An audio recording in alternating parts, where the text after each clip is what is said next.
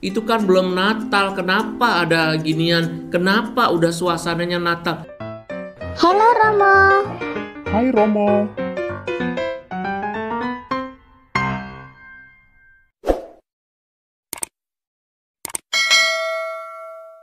Salam jumpa saudara-saudari yang terkasih dalam Yesus Kristus. Saat ini Anda yang berada di YouTube channel saya di Erwin Santoso maupun di IG @erwinmsf, Anda berjumpa dengan saya dalam suatu tema kebahagiaan itu menular. Mari kita berdoa untuk memulai permenungan kita saat ini. Dalam nama Bapa dan Putera dan Roh Kudus. Amin. Allah Bapa yang Maha Baik, kami bersyukur atas karunia-Mu kepada kami, terutama karunia kehidupan. Kami berterima kasih karena setiap hari Engkau memberi pilihan kepada kami untuk berbahagia, untuk bergembira atas apa saja yang sudah kami terima dari kemurahan-Mu.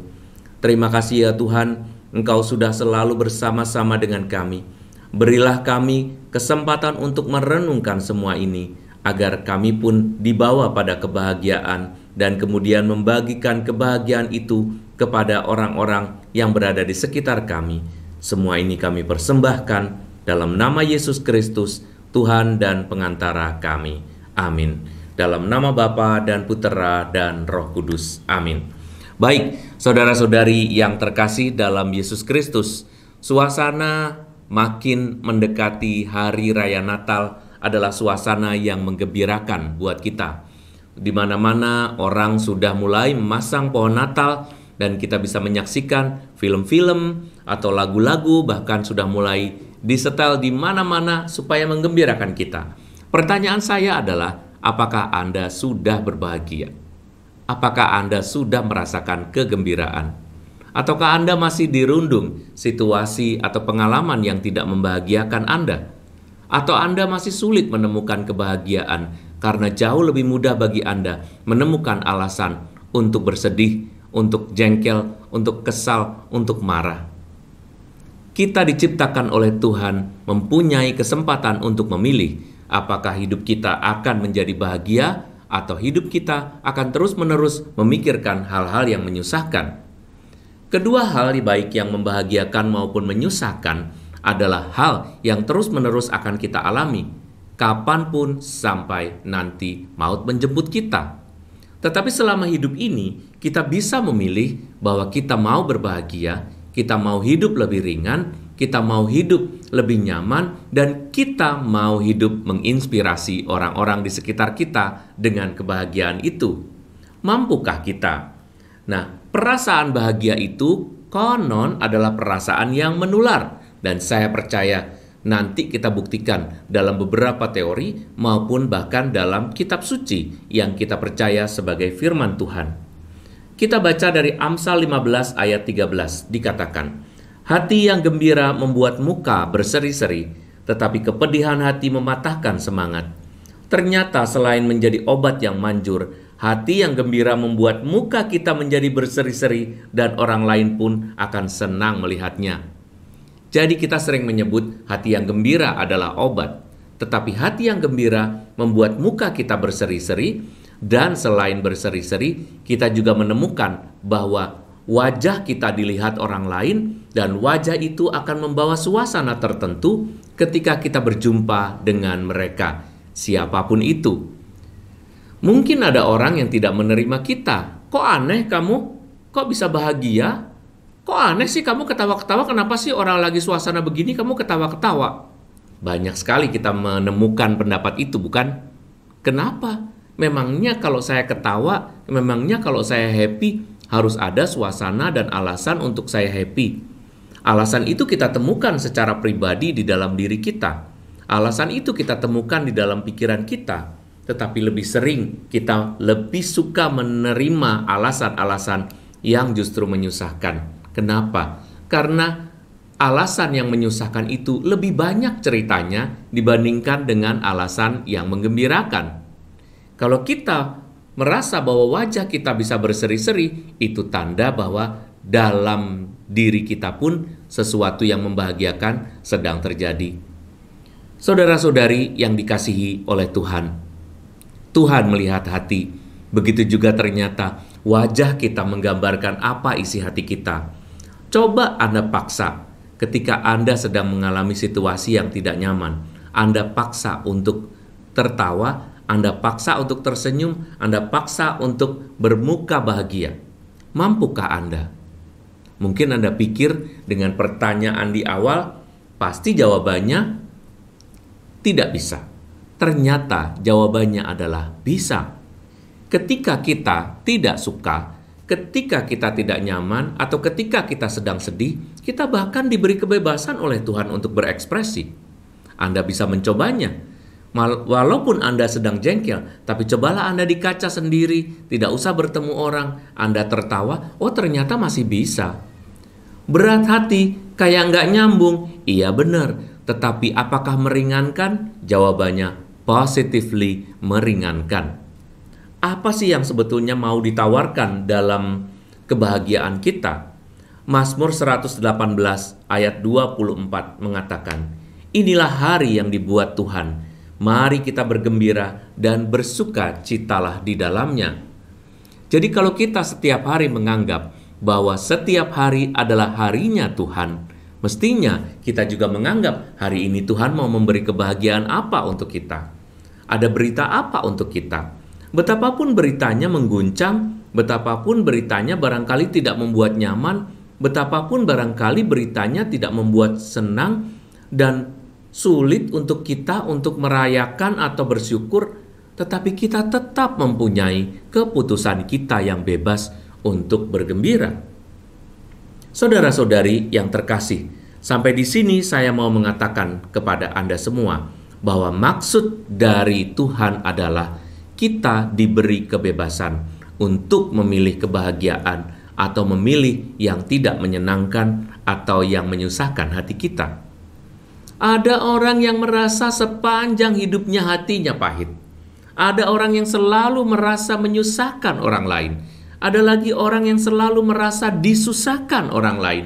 Ada lagi orang yang merasa hidupnya kurang beruntung. Ada lagi orang yang selalu merasa butuh dukungan dari orang lain. Ada lagi orang yang merasa hatinya selalu dipenuhi dengan perasaan-perasaan tidak enak, sehingga dia harus mengubah, sehingga dia harus bersandiwara dan seterusnya, sehingga kebahagiaan begitu sulit baginya. Apakah Anda salah satu dari apa yang saya sebutkan tadi? Apakah kebahagiaan kita memang ditentukan oleh orang lain? Dia sih nggak ngucapin terima kasih sama saya. Dia sih udah dikasih, diem aja. Dia sih udah ditolong, bilang kayak terima kasih, jengkelin banget, ngeselin tau nggak? Biar sedikit juga dia tuh nggak bisa. Ngomong dikit aja, gue tuh cuma pengen dikit aja. Kenapa hidup kita begitu miskin? Kenapa sesuatu yang pernah kita terima dan sekarang kita kembalikan kepada Tuhan melalui orang yang membutuhkan? Kenapa kita tiba-tiba membutuhkan terima kasih? Apakah Anda selalu mengucapkan terima kasih untuk segala sesuatu yang selalu diberikan 24 jam, 7 hari, 24/7 diberikan kepada kita? Apakah Anda selalu mengucapkan terima kasih? Harusnya Anda mengucapkan terima kasih setiap tarikan nafas Anda. Sebab ada orang yang begitu sulit bernafas. Harusnya terima kasih, terima kasih. Anda mau begitu? Harusnya ketika ketika Anda bisa berekskresi, Anda bisa BAB, Anda bisa buang air kecil, Anda bisa bahkan buang gas, Anda bisa menguap, Anda bisa mengantuk, Anda mengucapkan terima kasih. Tapi kenapa itu tidak Anda sebutkan? Baru ketika Anda memberikan uang recehan kita membutuhkan terima kasih. Romo, ini bukan soal uang, Romo. Saya tuh nggak masalah kalau duit. Tapi kalau dibantu, tolong bilang terima kasih. Dari mana kekuatanmu? Kenapa Anda mau mengeluarkan tenaga double? Tenaga yang pertama adalah tenaga untuk menolong. Dan tenaga yang kedua adalah tenaga yang Anda keluarkan secara sia-sia karena Anda menunggu ucapan terima kasih orang lain. Saudara-saudari yang dikasihi oleh Tuhan, betapa naifnya hidup kita. Betapa sulitnya kita menerima sukacita. Jangankan sukacita, gembira dan bahagia saja jadi begitu sulit untuk beberapa orang. Jadi, kalau sampai hari ini Anda jauh lebih mudah untuk tertawa, Anda jauh lebih mudah untuk menginspirasi orang melalui wajah yang gembira, Anda perlu mengucapkan terima kasih kepada Tuhan. Karena apa? Karena Anda bisa memberikan kebahagiaan itu. Jadi kalau Anda tersenyum, orang lain merengut misalnya, orang lain justru mukanya masam, apa yang harus Anda lakukan? Terima kasih Tuhan, aku bisa tersenyum meskipun dia tidak memberikannya lagi. Artinya dia berada di bawahku, masih membutuhkan pertolonganmu untuk kau buat dia tersenyum. Tetapi orang-orang benar bersukacita. Mereka beria-ria di hadapan Allah, bergembira dan bersukacita. Rupa-rupanya kalau orang bahagia, kalau orang gembira itu hadiah buat orang benar. Jadi kalau Anda tidak benar hidupnya, makanya jadi sulit. Oleh sebab itu, kebahagiaan, kegembiraan, ataupun sukacita hanya diberikan kepada Anda yang hidupnya benar. Jadi kita perlu koreksi, bukan mengoreksi orang lain. Kenapa dia begini, kenapa dia begitu? Tapi koreksilah dirimu sendiri. Apakah jalan hidup saya sudah benar? Tuhan saja pernah bilang kan, kenapa kamu menunjuk orang lain selumbar di mata saudaramu, sedangkan balok di matamu sendiri tidak kamu lihat? Artinya, kalau kita tidak melihat kesalahan kita yang banyak, kita lebih mudah melihat kesalahan orang lain. Itu pun akan membuat kita tidak happy, tidak bahagia. Mari kita hubungkan ketidakbahagiaan kita dengan ketidakbenaran hidup kita. Dan kebahagiaan kita terhubung dengan kebenaran di dalam hidup kita. Benar-benar ini suatu yang bagus. Sabda bahagia yang diucapkan Tuhan Yesus dalam Matius 5 ayat 2-12 mengatakan hal yang sama, kebalikan dari apa yang diyakini oleh dunia ini mengenai kebahagiaan. Yesus pun mulai berbicara dan mengajar. Jadi Yesus berbicara itu artinya dia mau memperdengarkan, dan yang kedua dia mau mengajar orang-orang yang berada di situ. Artinya dia mau bukan hanya ini didengar, tetapi ini dipelajari dan kemudian para murid mempunyai kualitas yang sama dengan yang diinginkan oleh Tuhan Yesus. Berbahagialah orang yang miskin karena mereka mempunyai kerajaan Allah. Berbahagialah orang yang berduka cita karena mereka akan dihibur. Berbahagialah orang yang lemah lembut karena mereka akan memiliki bumi. Berbahagialah orang yang lapar dan haus akan kebenaran, mereka akan dipuaskan. Berbahagialah orang yang murah hatinya, mereka akan beroleh kemurahan. Berbahagialah orang yang suci hatinya, karena mereka akan melihat Allah. Berbahagialah orang yang membawa damai, karena mereka akan disebut anak-anak Allah. Berbahagialah orang yang dianiaya oleh sebab kebenaran, karena merekalah yang mempunyai kerajaan surga. Berbahagialah kamu jika karena aku kamu dicela dan dianiaya, dan kepadamu difitnahkan segala yang jahat. Bersukacita dan bergembiralah karena upahmu besar di sorga. Kalau kita lihat dari detail item demi item tadi, poin demi poin yang dikatakan, kita bisa membuat sebaliknya. Nggak seneng banget ya, jadi orang miskin, karena kita nggak punya apa-apa. Nggak seneng banget ya kalau kita duka cita. Kenapa? Karena kita kayak orang susah. Nggak seneng banget ya kita orangnya lemah lembut, jadi orang kalah-kalahan doang. Nggak seneng banget ya kalau kita lapar dan haus. Kenapa? Karena kita akan minta-minta, atau barangkali kita akan penuh dengan kekurangan. Nggak seneng banget ya kalau kita murah hati. Kenapa? Belum tentu orang murah hati sama kita. Nggak seneng banget ya kalau kita itu suci hati kita. Kenapa? Kitanya suci, orang lain pada busuk. Jadi kita harus gimana dong kayak orang suci? Di dalam kehidupan sehari-hari bahkan menjadi orang suci itu dilecehkan ya kan. Wah lu sok suci banget. Jadi banyak alasan buat kita untuk tidak berbahagia.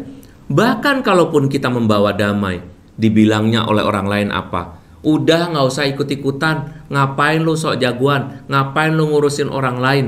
Jadi kita membuat segala sesuatu yang baik di dunia ini pun akan menjadi sulit.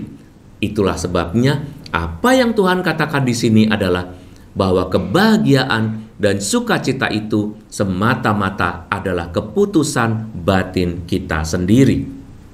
Bayangkan kalau Anda pikirkan, berbahagialah orang yang dianiaya oleh sebab kebenaran. Ingat, dianiaya bukan karena nyolong, dianiaya bukan karena kamu nyusahin orang, dianiaya karena kebenaran. Kebenarannya tetap, maka berbahagialah.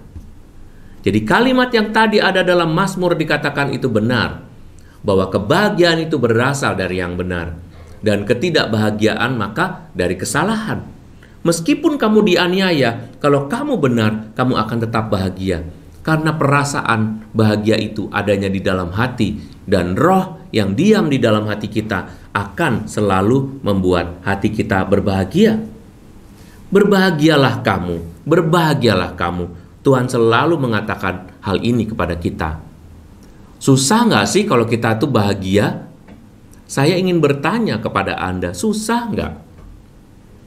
Apakah saat ini Anda melihat sesuatu yang membahagiakan Anda? Mungkin Anda melihat, wah Romo kok nggak kayak Romo ya? Pakai pakaiannya ada pisangnya, ada daunnya. Kok Romo nggak pakai pakaian, nggak pakai kolar ya? Bagusan Romo pakai jubah. Itu kan belum Natal, kenapa ada ginian? Kenapa udah suasananya Natal? Saya tidak mengatakan Natal, ini masih Advent. Tetapi semua yang berada di dalam jalinan Advent memang begini.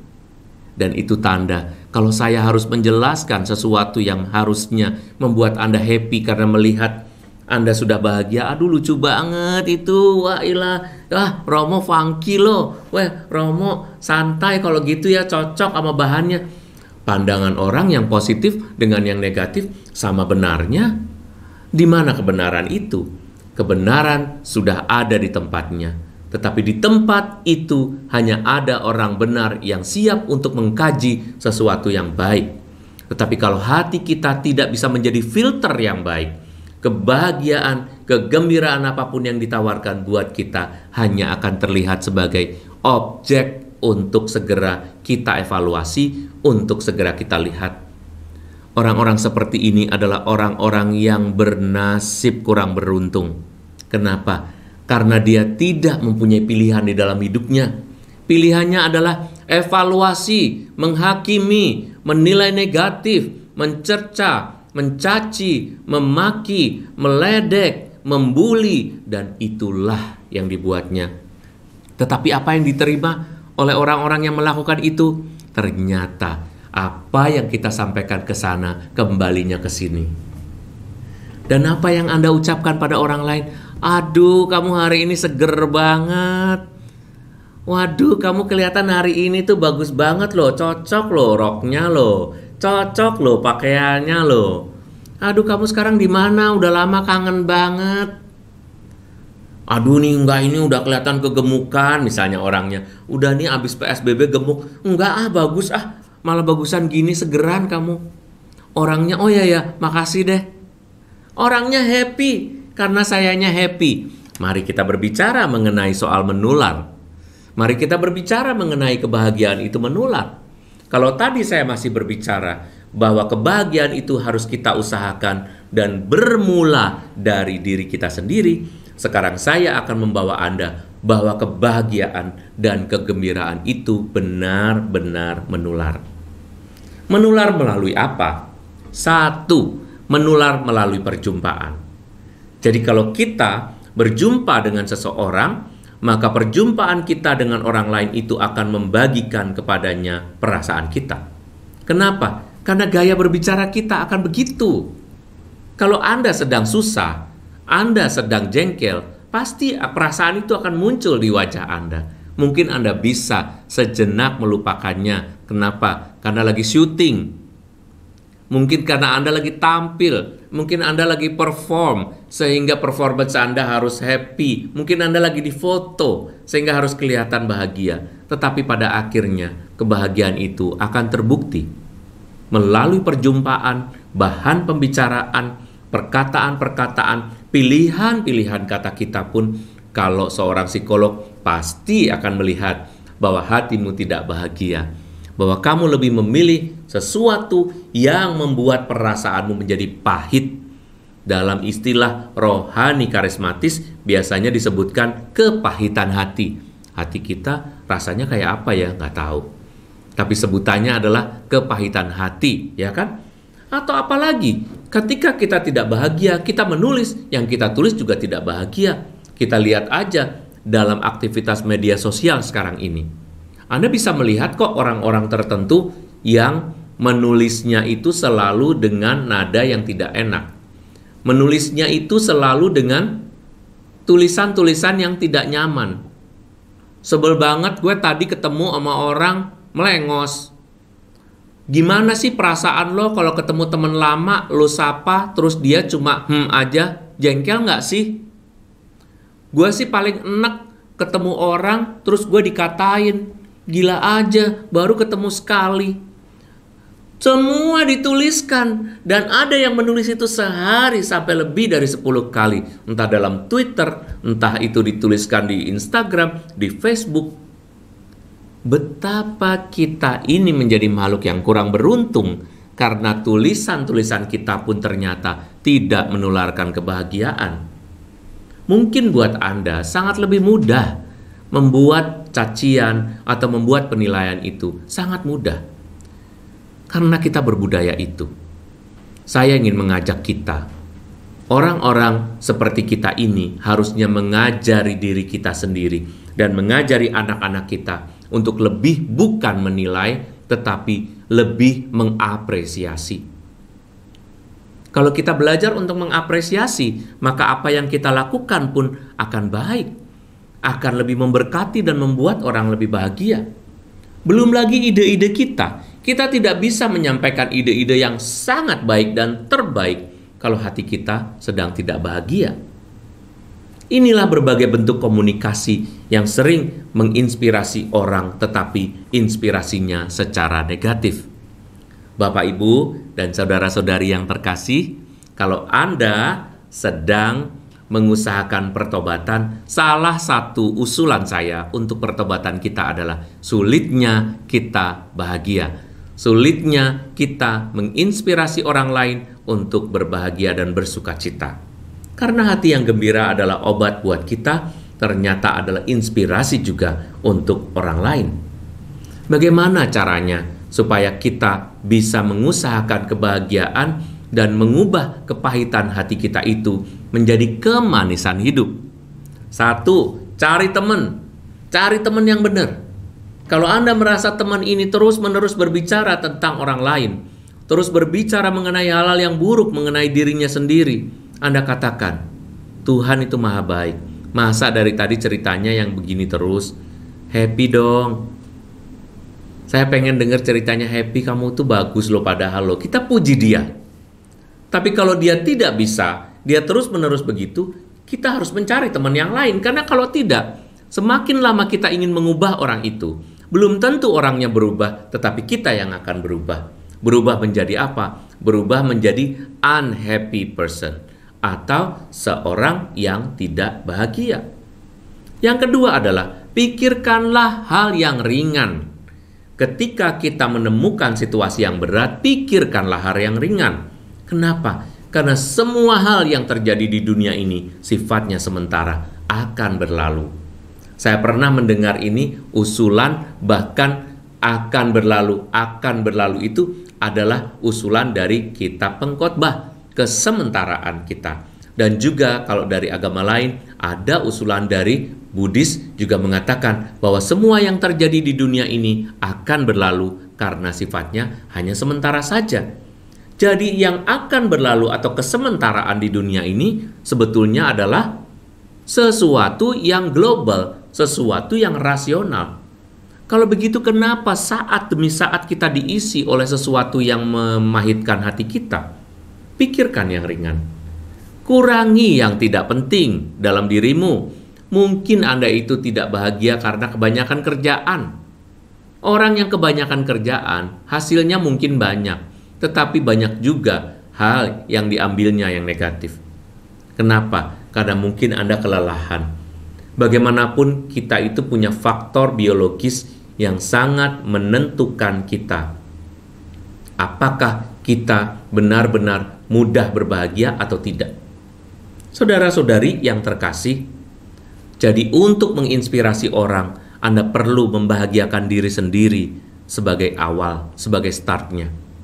Jangan pernah menuntut orang untuk bahagia. Kamu kayak kurang bahagia loh. Romo Erwin bilang begini bahagia loh. Tunggu sebelum nunjuk-nunjuk begini. Ubahlah dirimu sendiri menjadi pribadi yang bahagia.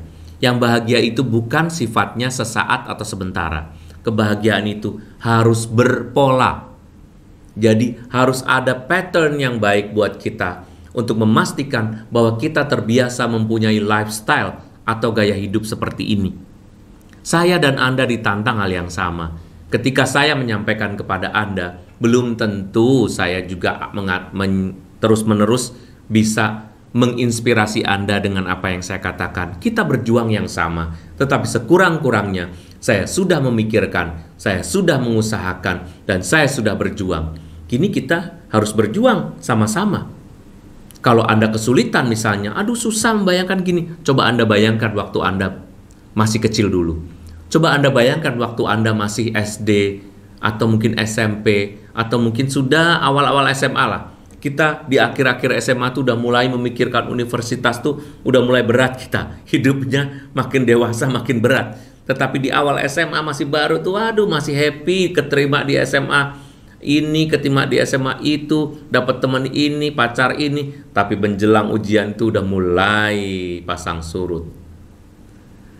Sesudah itu Anda akan dipenuhi dengan peristiwa-peristiwa, mulai dari harus mulai mikirin kerja, nanti mikirin habis kerja, mikirin cari kerja, habis cari kerja pikirin cari pasangan, kok nggak dapet, terus pikirannya jadi tidak happy. Jadi bayangkan masa kecil dan masa remaja Anda, sehingga ketika Anda membayangkan itu, mungkin Anda menemukan apa sih yang bisa membuat hati saya bahagia.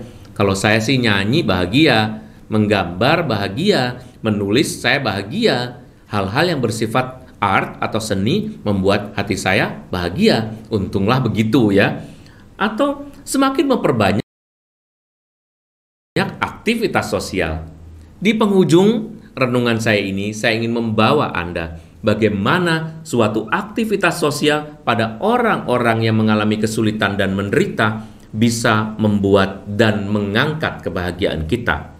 Dengan memberi, kita menerima. Kita tidak memberikan yang buruk. Kisah 20 ayat 35 mengatakan, dalam segala sesuatu telah kuberikan contoh kepada kamu, bahwa dengan bekerja demikian, kita harus membantu orang-orang yang lemah dan harus mengingat perkataan Tuhan Yesus, sebab ia sendiri telah mengatakan, adalah lebih berbahagia memberi daripada menerima.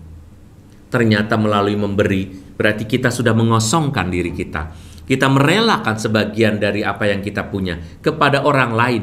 Itu berarti hati kita sudah jauh lebih luas dibandingkan orang lain. Istilahnya begitu ya. Dan ketika kita melihat dia bahagia, makasih ya. Apalagi kalau orangnya benar-benar gak punya, di panti-panti, atau orang miskin, atau mungkin asisten rumah tangga kita, sopir kita, saudara-saudari kita, kerabat kita yang gak punya. Ketika kita membantu mengulurkan tangan, mungkin Anda memberi, ibaratnya ya, uang Anda 1 juta, Anda memberi 20.000 itu mungkin tidak seberapa buat dia. Itu sehari bisa, misalnya perbanyak aja sendiri hitungannya. Saya hanya memberikan contoh. Dan jangan lupa, di atas semua itu Tuhan sudah mengukir suatu cara rohani yang sangat mujarab, dan saya sudah membuktikannya. Berdoa. Ketika kita berdoa, apa yang Anda temukan? Anda tidak akan berdoa asal-asalan. Kalimat-kalimat yang Anda keluarkan akan baik-baik kan? Allah Bapa yang Maha Baik, kami mengucap syukur Tuhan, sebab Engkau telah memberikan hidup kepada kami. Sembuhkan saudara kami, belakangnya minta, tetapi depannya pasti bagus. Dan ketika minta juga kita nggak mungkin bagus.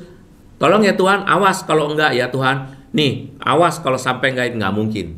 Berdoa kita pasti oke, dan pasti dengan bahasa yang sopan. Maka kalau kita sering berdoa Bapak Ibu, saudara-saudara dan anak-anak sekalian, semua itu akan ditambahkan kepada kamu. Ini loh kuncinya rupanya.